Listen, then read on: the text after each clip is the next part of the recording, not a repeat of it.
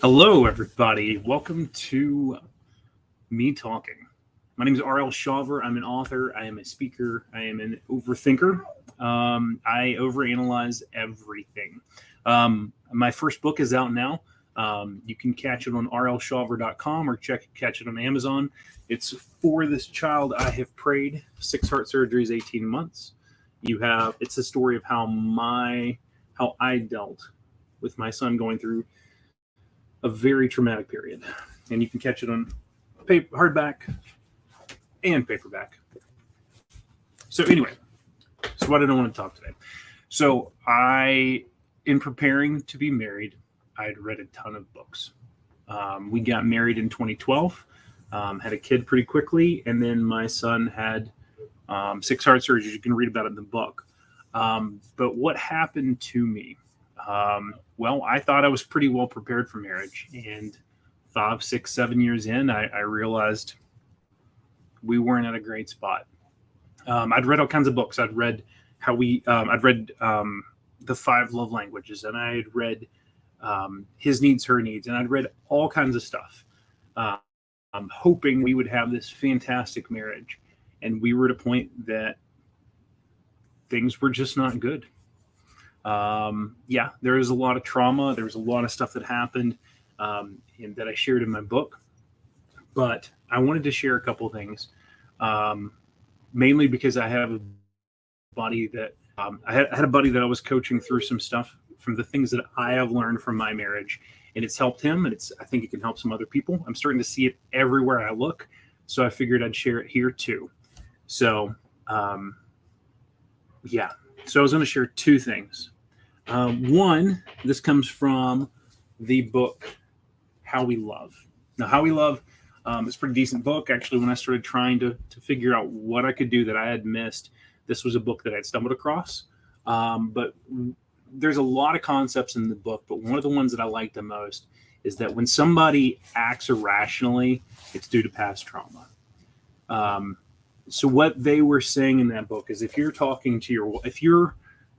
and your spouse are going through and say you forgot to put a dish away and she just flips out, or you are driving along and your wife cranks up the music loud and you just irrationally explode, and she wonders, what are you doing? Why is this happening? Or you're wondering, why does she act like this? What I can tell you is that it's past trauma. And what I can tell you from the book is that they recommend you take and you hear your spouse. Now, one of the things that I have seen in my own marriage and in so many people is it's so hard for people to listen well. Because why? I mean, a lot of times it starts out as almost like they're attacking you. Hey, you didn't pick the dish up. How dare you do that? I told you this is a big problem. And they're coming at you. Your spouse is coming at you. Your loved one is coming at you. And this could be somebody that's not a spouse. This could be, I've seen this in a lot of different situations.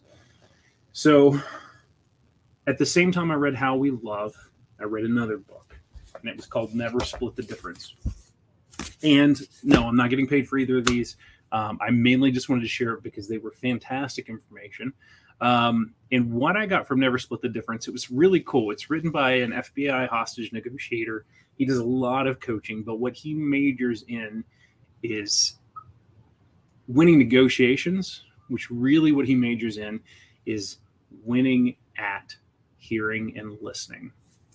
So he goes through a lot of stuff in his book. I'm not going to go through all of them. I'm going to share 2 of them, and it's saying 3. But I'm going to stick with 2. So number 1, mirror. So what is it? What do you mean by that? I'm going to leave that up. So by mirror, when somebody is talking to you and they're upset, they're visibly angry and yelling. When somebody is talking to you and they're visibly upset and they don't want to talk, they're so anxious they can't talk. I've seen this happen before in our marriage. I've seen this happen with friends. We've seen this happen with other people. When somebody is talking to you and they're emotionally charged, the easiest way to diffuse that emotions, to help pull out the past trauma, to release this column of pressure, is to mirror. And what I mean by that, if somebody comes to you and they're angry and they say, you always leave your bowls out, blah, blah, blah, blah, blah. You just make a mess everywhere. Calmly look at them and say, make a mess everywhere. Repeat the last 2 to 3 words and let them go. And then listen.